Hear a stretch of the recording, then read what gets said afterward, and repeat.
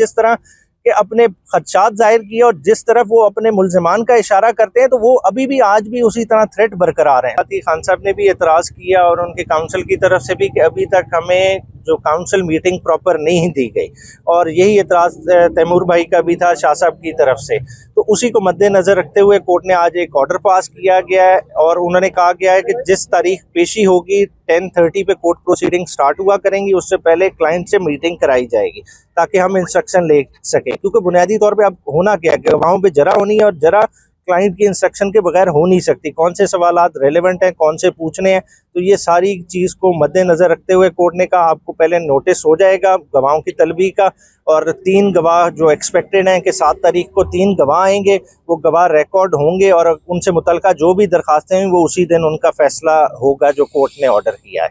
साथ जी खान साहब से मुलाकात करने पहले क्या बात? हाँ जी, मुलाकात का उसके बाद हुआ, क्योंकि आज हाई कोर्ट के हुक्म के मुताबिक 2 दिन मुलाकात के रख दिए गए हैं वकला के लिए, एक ट्यूसडे और थर्सडे।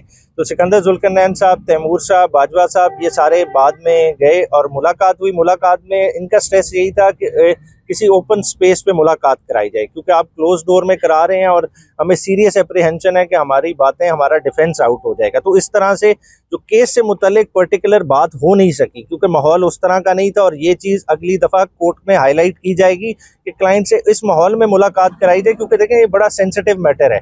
जो खान साहब पे एलिगेशन लगाया वो भी सेंसिटिव है, और बाद में जवाब में खान साहब भी जो कह रहे हैं वो लंदन एग्रीमेंट का हवाला दे रहे हैं, वो भी बहुत सेंसिटिव है। तो वो डिटेल सारी उनसे लेनी है, वो बात करनी है, क्योंकि उनका स्ट्रेस थ्रू आउट यही रहा है कि लंदन एग्रीमेंट इस वक्त एक ऐसा एग्रीमेंट बन गया जो शायद कॉन्स्टिट्यूशन से भी सुप्रीम है, और उसी के तहत सारे मामलात रेगुलेट हो रहे हैं। बाहर से बैठे आप अखबारों को इस तरह का स्टेट प्रोटोकॉल दे रहे हैं और सारे मामलात चला रहे हैं। और ऑन द अदर हैंड एक 9 मई को बहाना बना के तहरीक इंसाफ को दीवार के साथ लगा रहे हैं। और उसमें देखें 9 मई में हुआ क्या कि इंजर कौन हुए, आम लोग इंजर हुए, आम लोग 100 से ज़्यादा जख्मी हुए, 16 से ज़्यादा लाशें मौजूद हैं, ठीक है। उसमें किसी सिक्योरिटी पर्सनल की डेथ नहीं हुई, और इस चीज़ को किसी ने अभी तक प्रॉपर किसी जगह पे इंक्वायरी नहीं किया, तहरीक इंसाफ का मौक़िफ़ भी नहीं आने दिया जा रहा। तो इसे जुडिशियल इंक्वायरी के तहत थ्रेश आउट किया जाए और बराबरी का मौका देना चाहिए हर किसी को अपने मौक़िफ़ देने का।